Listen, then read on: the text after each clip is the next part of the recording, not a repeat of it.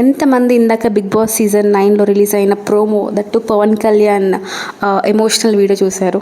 నిజంగా తన క్యాప్టెన్సీని మిస్ అవ్వడానికి చాలా తనంత కష్టపడ్డా కూడా తనని ఎలిమినేట్ చేశారు ఆ టాస్క్లో నుండి.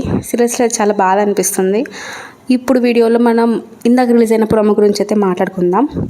పవన్ కళ్యాణ్ ఏడుస్తూ ఉంటాడనమాట, ఇలా రితు పవన్ చేసిన దానికి క్యాప్టెన్సీ నుండి ఎలిమినేట్ చేయడం గురించి. ఇప్పుడు శ్రీజ వచ్చి అంటుంది, అరే నెక్స్ట్ టైం నేను కెప్టెన్ని ఖచ్చితంగా చేస్తానురా నిన్ను అన్నట్టు ఫ్రెండ్గా స్టాండ్ తీసుకొని మాట్లాడింది. అది చాలా బాగా అనిపించింది. తర్వాత తనుజ పవన్ కళ్యాణ్తో వచ్చి మాట్లాడడానికి ట్రై చేస్తుంటుంది. లైక్ ఎవరి హార్ట్లో ఏముంటుందో తెలియదురా, అన్నీ మనం యాక్సెప్ట్ చేయాలి అన్నట్టుగా మాట్లాడుతూ ఉంటుంది.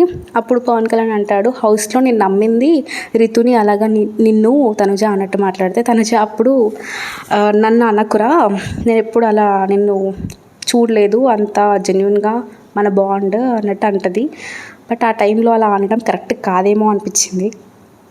అలాగే కళ్యాణ్ రితు అండ్ డెమాన్ పవన్ వాళ్ళ మధ్య కాన్వర్జేషన్లో ఇలా అంటూ ఉంటాడు, ఒక్కరి కష్టాన్ని దొబ్బడం అసలు కరెక్ట్ కాదు అన్నట్టు. నిజంగా ఆయన ఎంత బాధపడితే అలాంటి మాటలు నోటికి వస్తాయి చెప్పండి.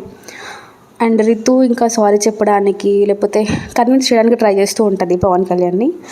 అది డెమాన్కి అన్నిసార్లు బ్రతిమాడుకోవడం నచ్చట్లేదు, రితు నువ్వు పవన్ కళ్యాణ్ని అన్నట్టు అంటాడు. తర్వాత ఇంకా రితు ఇలా కూడా అంటది పవన్ కళ్యాణ్ తోటి, నేను కూడా ఓడిపోయాను కదరా, ఎందుకు నువ్వే సఫర్ అవుతున్నావు అన్నట్టు మాట్లాడుతుంది. అప్పుడు పవన్ కళ్యాణ్ ఒక మాట అంటాడు, నేను ఓడిపోయినందుకు బాధపడట్లే, మోసపోయినందుకు బాధపడుతున్నా అని అంటాడు. అది చాలా బాగా అనిపిస్తుంది. రితు ఇలా అంటది, నిన్న మొన్న ఉన్న మన ఫ్రెండ్షిప్కి దానికి మోసం చేశావు అని అనడం కరెక్ట్ కాదు అన్నట్టు. తను రితు ఫ్రస్ట్రేట్ అవుతూ ఉంటుంది. అందుకు పవన్ కళ్యాణ్ అంటాడు, మోసం చేయలేదా నన్ను అన్నట్టు. అది చాలా బాధగా దీనంగా అనేసరికి చూసే వాళ్ళకి కూడా పవన్ కళ్యాణ్కి జరిగిన అన్యాయంకి చాలా బాధనే అనిపిస్తుంది.